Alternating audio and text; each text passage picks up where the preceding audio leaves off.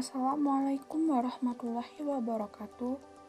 Halo, bertemu lagi bersama saya Marisa Nopitasari, NPM 50247, Prodi PGSD kelas 2B. Baiklah, kali ini saya akan menjelaskan sedikit materi pendidikan karakter dengan dosen pengampu Tio Gusti Satria, Magister Pendidikan.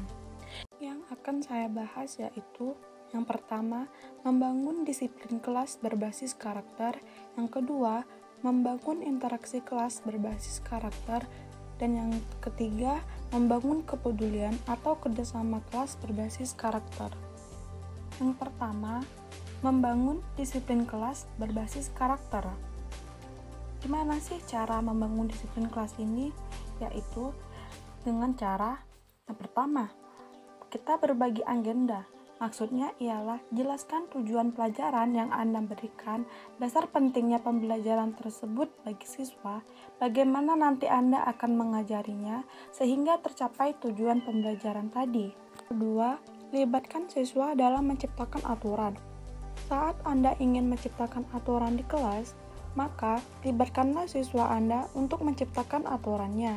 Dengan melibatkan siswa, mereka akan merasa dihargai dan diperlakukan secara adil. Aturan tersebut nantinya akan dipatuhi bersama baik oleh guru maupun siswa. Ketiga, berbagi planning dengan orang tua. Dalam menerapkan sebuah perencanaan kedisiplinan, guru juga bisa meminta dukungan kepada orang tua untuk melancarkan perencanaan tersebut. Jelaskan mengenai aturan yang ada di kelas serta konsekuensinya, sehingga nantinya Anda sanggup meminta dukungan pada orang tua di titik tertentu dalam memecahkan sebuah permasalahan yang terjadi. 4. Gunakan bahasa yang baik. Linda Popov mengungkapkan bahwa bahasa membentuk karakter. Dalam melihat sebuah permasalahan, gunakanlah bahasa kebaikan untuk mengarahkan Anda dalam sudut pandang yang positif. Janganlah menggunakan sudut pandang subjektif dalam menilai sebuah permasalahan. Namun, dengarkanlah terlebih dahulu sudut pandang orang yang Anda ajak bicara. Setelah melihat dari sudut pandangnya, kalau ada yang kurang sempurna, maka giringlah ia menuju kebaikan dengan bahasa yang baik. Kelima, membantu siswa berguru dari kesalahan. Setiap orang dicaya pernah berbuat kesalahan, termasuk siswa. Nah, disinilah kiprah guru untuk membimbing siswa untuk berguru dari kesalahan tersebut, memperbaikinya dengan jangan terjebak kepada jurang kesalahan yang sama. Keenam, membantu para siswa menciptakan planning perubahan perilaku. Ketika terjadi sebuah pelanggaran dari aturan, terlebih kalau terjadi untuk yang kedua atau ketiga kalinya, bantulah siswa untuk menciptakan planning perubahan perilaku. Rencana tersebut berisi peraturan apa yang ia langgar, kapan ia melaksanakan pelanggaran, apa planning yang akan ia lakukan untuk memperbaiki pelanggaran tersebut. Ketujuh, bahaslah mengapa sikap itu salah.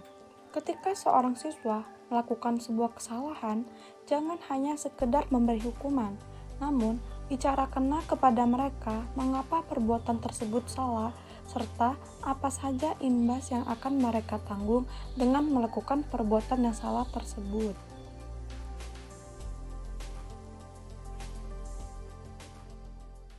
Kedelapan, berikanlah tanggung jawab kepada anak yang sulit diatur. Ketika menghadapi anak yang sulit diatur, pemberian eksekusi bukanlah solusi yang baik. Dalam hal ini, yang bisa Anda lakukan ialah dengan memberi tanggung jawab kepada anak tersebut. Pemberian tanggung jawab tersebut dipandang lebih bisa untuk membentuk huruf anak. Dalam melaksanakan tanggung jawab tersebut, tentunya disertai dengan pendampingan guru yang mempunyai sikap membangun interaksi kelas berbasis karakter. Bisa berafiliasi dengannya. Membangun interaksi kelas agar tidak membosankan. Dalam bekerja, guru cenderung mengelompokkan siswa dalam interaksi yang berbeda. Mereka mengelompokkan sebagai golongan siswa berkemampuan tinggi yang mereka anggap sebagai siswa yang cerdas, patuh, tertib, rajin, rapi, dan sebagainya.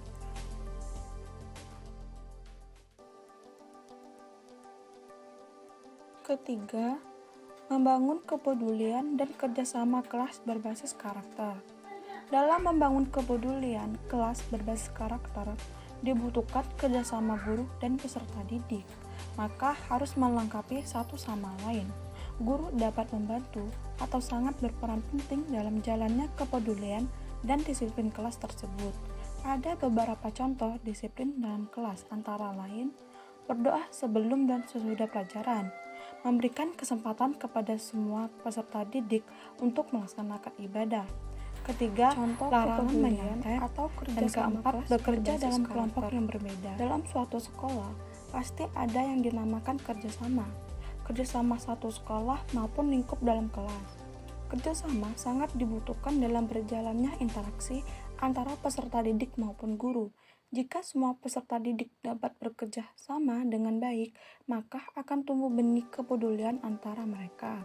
Pun contoh kerjasama dan kepedulian antara lain. Yang pertama, mengerjakan tugas kelompok. Yang kedua, menjenguk teman yang sakit. Yang ketiga, saling membantu jika teman kesusahan. Dan yang keempat, tidak saling menjelek-jelekan teman. Baiklah, itu saja yang dapat saya sampaikan. Lebih dan kurangnya, saya mohon maaf. Kepada Allah saya mohon ampun. Saya akhiri. Wassalamualaikum warahmatullahi wabarakatuh.